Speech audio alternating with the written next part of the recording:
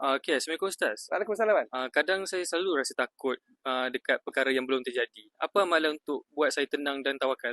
Okey, Wan, ni orang satu sifat dia panggil orang overthinking lah. Overthinking kan, perkara yang sepatutnya kita tak fikir benda yang akan datang. Sebab Allah Taala ada tentu dalam hidup kita kan.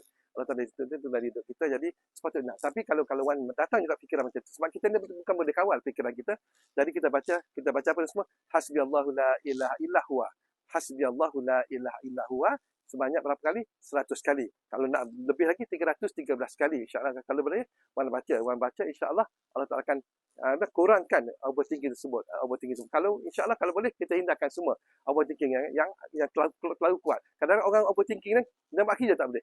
Dia fikir apa yang berlaku. Jadi bila kita zikir la ilaha hasbiyallahu la ilaha illa huwa atau semua, maka Allah akan cabutkan fikiran yang overthinking tadi. InsyaAllah kalau boleh tuan-tuan tahu lebih lanjut, macam pergi ke bio, join grup Ustaz, banyak lagi perkongsian daripada Ustaz insya-Allah. Okay, Wan? Kalau boleh join lah grup Ustaz insya-Allah. InsyaAllah Ustaz. Assalamualaikum warahmatullahi wabarakatuh.